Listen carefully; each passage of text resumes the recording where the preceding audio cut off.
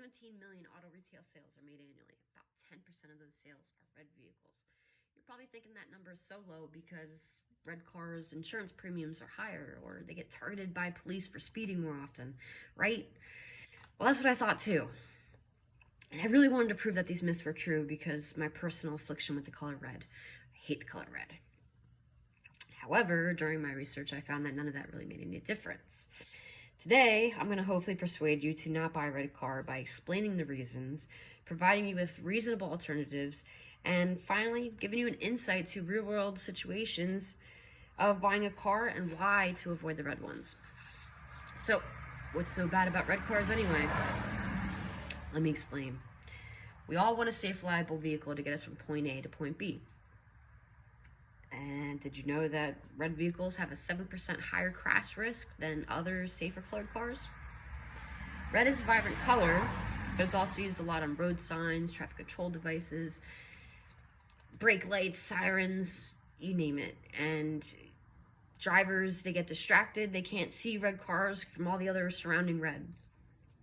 Now, if you're out there buying a car because you like the color red for some reason, you probably want it to stay vibrant and shiny. Well, red paint actually fades the fastest of all visible colors. It reflects red light, so it absorbs blue, green, and UV lights.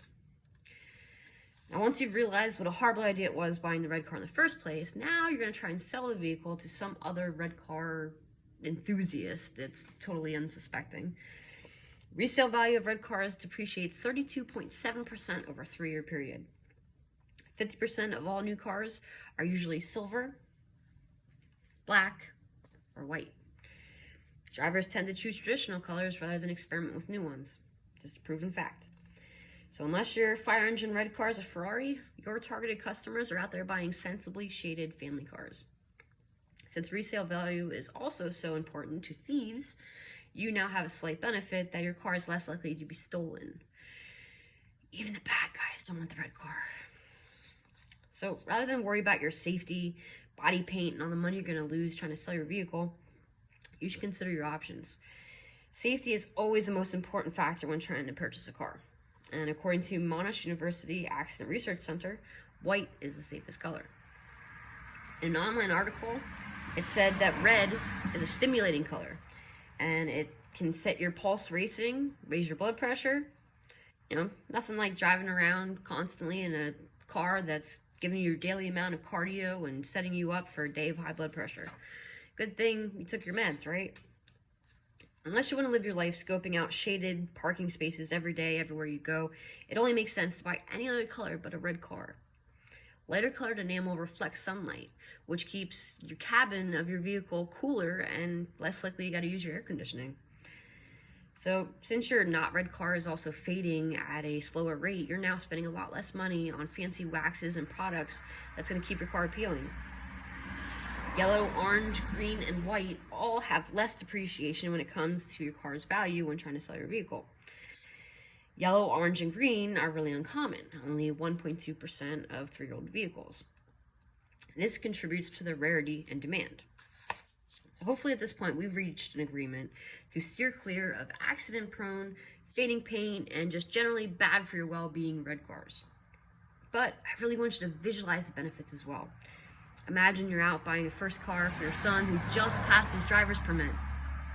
He probably wants that red flashy sports car that's screaming anger and aggression. But as a responsible, loving parent, you know that one of the 5 other cars you looked at is going to keep your precious, sarcastic, and eye-rolling teenage son safer on the road. After analyzing reactions from 422 drivers, it was found that red cars elicited significantly more aggressive responses.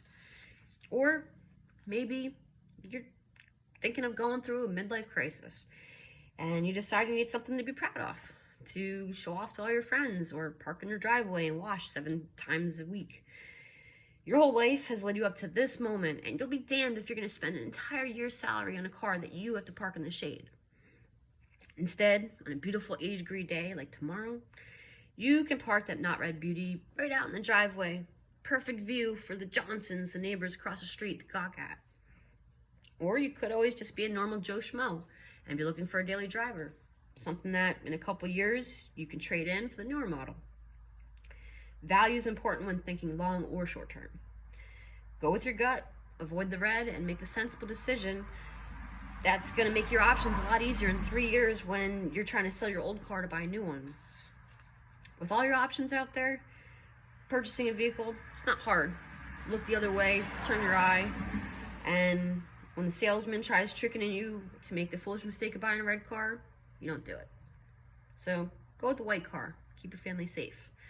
Go with the green car and stand out from the crowd. Go with the silver car and park out in the sun.